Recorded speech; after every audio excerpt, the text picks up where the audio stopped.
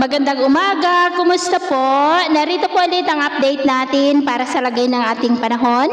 Ngayong umaga po ng October 21, 2023 na kung saan sa ngayon ay patuloy pa rin ang paglakas ng bugso ng amihan. Gaya po na inyong nakikita na patuloy po ang pagdaloy dito po sa northern part ng Northern Luzon at silangang bahagi ng Luzon habang patuloy rin ang pag-iral ng shear line dyan po sa silangang bahagi ng Central Luzon.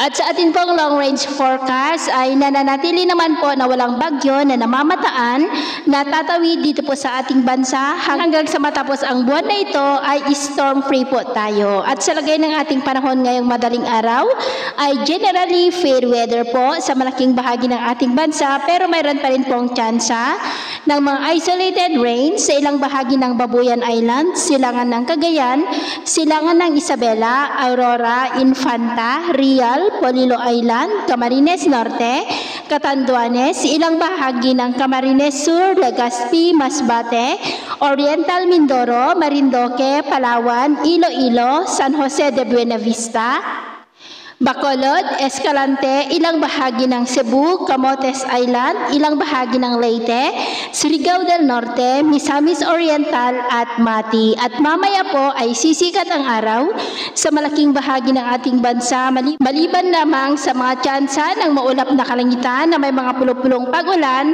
sa silangang bahagi ng Luzon, dulot po ng amihan at shear line at may mga isolated rains rin sa ilang bahagi ng Oriental Mindoro, ilang bahagi ng Batangas, Iloilo, Bacolod at Toledo. At mamayang hapon po, mataas ang tsansa ng maulap na kalangitan na may mga pulupulong pag-ulan sa mas malaking bahagi na po ng ating bansa.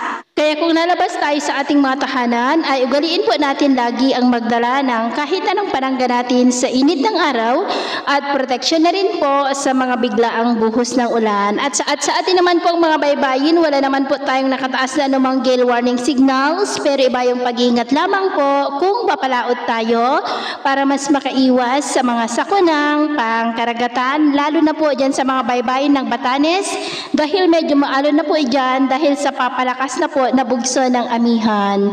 So yun po ang latest update natin sa araw na ito. Ako po muli si James na nagsasabing sa kahit anong pagsubok po na darating sa ating buhay, huwag na huwag po tayong mawawalan ng pag-asa. Thank you and God bless!